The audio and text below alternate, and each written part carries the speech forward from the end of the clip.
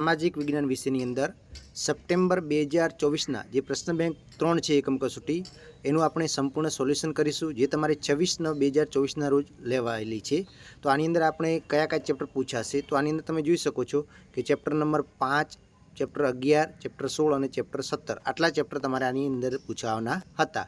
તો ચાલો આપણે જોઈએ, કારણ કે આ એકમ કસોટી તમને બોર્ડની પરીક્ષાની અંદર પણ મદદરૂપ થશે। તો એકવાર તો અવશ્ય આ વિડીયો તમે જોશો તો પણ તમારી તૈયારી થઈ જશે।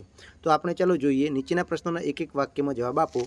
તો ગરીબી રેખાનો ખ્યાલ સૌપ્રથમ કોણે કર્યો હતો, તો WHના અધ્યક્ષ હતા બ્યોર્ડ ઓરો। કોણ હતા? બ્યોર્ડ ઓરોએ કર્યો હતો। પછી બીજું છે, ભારતમાં સૌથી વધુ ગરીબીનું પ્રમાણ ધરાવતું રાજ્ય કયું છે, તો છત્તીસગઢ। કયું આવશે? છત્તીસગઢ છે એ સૌથી વધારે ગરીબીનું પ્રમાણ ધરાવે છે। અને ભારતમાં સૌથી ઓછું ગરીબીનું પ્રમાણ ધરાવતું રાજ્ય કયું છે, તો ગોવા। કયું રાજ્ય આવશે? ગોવા રાજ્ય। એના પછી મહાત્મા ગાંધી રાષ્ટ્રીય ગ્રામીણ રોજગાર બાંહેધરી યોજનાનું ટૂંકું નામ શું છે? મનરેગા। શું નામ છે? મનરેગા નામ છે। અને પછી આંતરરાષ્ટ્રીય કક્ષાએ શ્રમિકોનું એક દેશમાંથી બીજા દેશમાં સ્થળાંતર થાય તેને શું કહેવાય છે, તો કે શ્રમનું આંતરરાષ્ટ્રીય ગતિશીલતા। શ્રમની આંતરરાષ્ટ્રીય ગતિશીલતા કહેવાય છે। પછી છઠ્ઠું છે, દેશની મુખ્ય આર્થિક સમસ્યાઓ કઈ કઈ છે? ગરીબી છે, ભૂખમરો છે, બેરોજગારી છે, એ બધી આવશે। પછી ભારતના કયા રાજ્યમાં બેરોજગારીનું પ્રમાણ સૌથી ઊંચું જોવા મળે છે, તો બેરોજગારીનું જે પ્રમાણ છે એ કયા કયા રાજ્યો છે, તો કેરળ છે, બિહાર છે, પશ્ચિમ બંગાળ છે, ત્રિપુરા છે, ઉત્તર પ્રદેશ છે, આવા રાજ્યોની અંદર વધારે જોવા મળે છે। પછી બેરોજગારી નિવારણ માટે શિક્ષિત બેરોજગારી નોંધણી કરતી સંસ્થા કઈ છે, તો રોજગાર કચેરી છે। કઈ છે? રોજગાર વિનિમય કચેરી છે। પછી ઉદ્યોગ સાહસિકોને નવો ધંધો શરૂ કરવા માટે કઈ યોજના અંતર્ગત સસ્તી લોન આપવામાં આવે છે, તો મુદ્રા લોન। કઈ આવશે? મુદ્રા લોન અંતર્ગત। પછી ઓછામાં ઓછું માધ્યમિક શિક્ષણ મેળવ્યું હોય અને જો વ્યક્તિ બેરોજગાર હોય તો તેને કઈ પ્રકારની બેરોજગારી કહેવાય, તો શિક્ષિત બેરોજગારી કહેવામાં આવે છે। એના પછી યોગ્ય જોડકા જોડો, તો નાગાર્જુન। તો નાગાર્જુને શું કર્યું હતું? પારાની ભસ્મની શોધ કરી હતી। બ્રહ્મગુપ્ત તો ગુરુત્વાકર્ષણનો નિયમ આપ્યો હતો। વરાહમિહિર તો અવકાશીય ગ્રહોની ભવિષ્ય પર અસરનું કહ્યું હતું। એના પછી પતંજલિ તો યોગશાસ્ત્રની રચના કરી હતી। પછી આપણે વાત કરીએ ભાસ્કરાચાર્ય, તો ભાસ્કરાચાર્ય શું કર્યું હતું? સરવાળા બાદબાકીનું સંશોધન। આપસ્તંભે શું કર્યું હતું? તો વૈદિક યજ્ઞો માટે વેદીઓનું પ્રમાણ। શકમુનિ તો શકમુનિએ કાળગણના કરી હતી। પછી વિજયસ્તંભ એ 24 ફૂટ ઊંચો છે। આર્યભટ્ટ તો ગણિતશાસ્ત્રના પિતા છે। અને વાત્સ્યાયન એમણે કામસૂત્રનો ગ્રંથ લખેલો છે। એના પછી ખરા ખોટા છે કે જે જણાવો, તો પહેલું છે ધાતુ શિલ્પો બનાવવાની પરંપરા 10મી અને 11મી સદીથી વિકાસ પામી, તો વિધાન સાચું છે। પછી જળ એવું સંસાધન છે તેનો સીધો સંબંધ સમગ્ર જીવસૃષ્ટિ સાથે જોડાયેલો છે, તો આ પણ સાચું છે।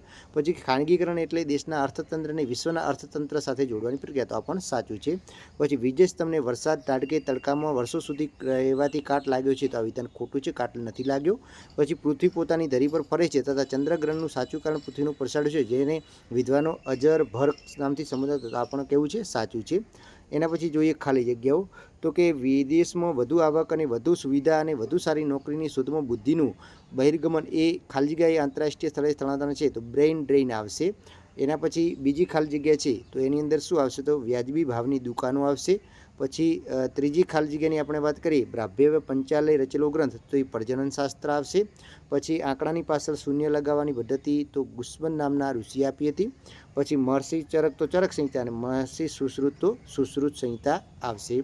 એના પછી આપણે જોઈએ તો બે ગુણના પ્રશ્નો છે, જેની અંદર તમે જોઈ શકો છો ભવિષ્ય યોજના એટલે શું, તેના હેતુઓ જણાવો। પછી મને ઓળખો છે, બીજી સદીમાં કાવેરી નદી પર એક નહેર, તો ગ્રાન્ડ એનિકટ આવશે। પછી 1882માં ઉત્તર પ્રદેશમાં એક નહેર યમુના નહેરનું નિર્માણ આવશે। પછી જળ સંકટ સમસ્યા માટે જવાબદાર કારણો, જળ વ્યવસ્થાપન માટે કયા કયા મુદ્દા ધ્યાનમાં લેવામાં આવે છે, બેજડ ગામના લોકોએ પોતાના ગામની પાણીની સમસ્યા કેવી રીતે ઉકેલી હતી, 4 મુદ્દા લખો।